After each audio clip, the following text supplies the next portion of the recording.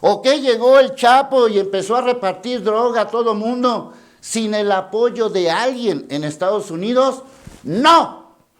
Para poder repartir 1 kilo de droga, necesitas que alguien te ayude. ¿Cómo distribuyes 1.200.000 kilos? Se buscan 12.700 millones de dólares. ¿De dónde salió esta cifra? Pues es la cifra que calculan los fiscales de Estados Unidos para decomisarle al Chapo Guzmán. Nada más que hay un problema. Según el abogado del Chapo Guzmán, ese dinero no existe, o ese dinero no sabemos dónde está, o ese dinero no han tenido ni un centavo. Bueno, pues ya se filtró misteriosamente pues todo lo que tiene que ver con la acusación del Chapo Guzmán, que le espera cadena perpetua y 30 años más. Todo eso lo vamos a explicar. ¿Qué significa la cadena perpetua para el Chapo Guzmán? Lluévela aquí, porque yo estoy hasta la M.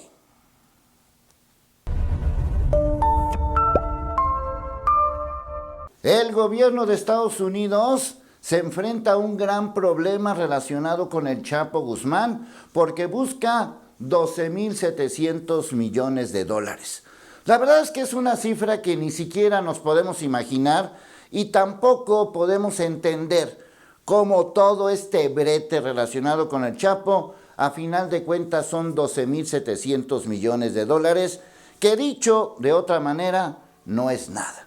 Los datos hablan de más de 1.200.000 kilos de droga que se ha dedicado el Chapo Guzmán y toda su organización para meterlo a Estados Unidos. El tema da para muchos asuntos relacionados con la justicia, y no porque no lo merezca. Quiero que quede muy claro y quiero que sea contundente lo que voy a decir. El Chapo Guzmán no es ningún héroe nacional, no es ningún protagonista de ninguna serie, no es el mediático telenovelero. El Chapo Guzmán es un criminal y debería de estar en la cárcel y morirse en la cárcel. Lo que busca el gobierno de Estados Unidos es eso, que se muera en la cárcel con una cadena perpetua más 30 años más. Algo así como que se muera y todavía es 30 años más. Bueno, el caso no es ese. El caso simple y sencillamente es, ¿y el gobierno mexicano a qué hora juega con todo este asunto? El Chapo Guzmán ha sido detenido varias veces, ya sabemos que se ha fugado varias veces, pero en la primera acusación de 1993, hace muchos años, se le decomisaron varias propiedades. ¿Qué ha pasado con todas esas propiedades del Chapo Guzmán en México en ese momento, 1993, Puente Grande, Jalisco? Nada, nada y nada. Eso significa que todos esos bienes, todo eso que robó, todo eso que traficó, todo eso que es nuestro, a final de cuentas quedó en nada. Estoy hablando de 1993. Si nos saltamos hasta el año 2000, más bien 2001, que se escapó por primera vez, y de ahí hasta que lo volvieron a agarrar, todos esos años, ¿qué pasó en México? Nada. Si quieres verdaderamente combatir todos estos delincuentes, tienes que atacarlos por el dinero. Eso es lo que les duele, eso es lo que les lastima. Pero aquí en México no se ha hecho nada. La ley de extinción de dominio es solamente eso, una letra muerta totalmente, que no sirve para nada. Una cadena perpetua a una ley que no se ha aplicado. Curiosamente, en Estados Unidos tampoco son los reyes de la legalidad. A final de cuentas, el juicio del Chapo Guzmán fue ilegal, sí, dentro de todo este brete, dentro de todo este manejo mediático, dentro de todo lo que ha ocurrido, el asunto es la ilegalidad de un juicio. Y eso está demostrado bajo cualquier circunstancia. Pero al juez poco le importó. La cadena perpetua se va a declarar el 17 de julio. ¿Y qué va a pasar? La realidad es que no va a pasar nada. Sobre todo no va a pasar nada en este país donde todavía este tipo de grupos criminales y delincuentes están haciendo de las suyas. La pregunta no es dónde están los 12,000 y pico millones de dólares. ¿Quién se repartió ese dinero? Estados Unidos parece que es la princesa del cuento, que llega un cuate, trafica, distribuye 1,200,000 kilos, y la pregunta es, ¿y ese 1,200,000 kilos, quién los mandó a Estados Unidos? Y la respuesta es nada. Volvemos otra vez a la nada de la nada y más nada.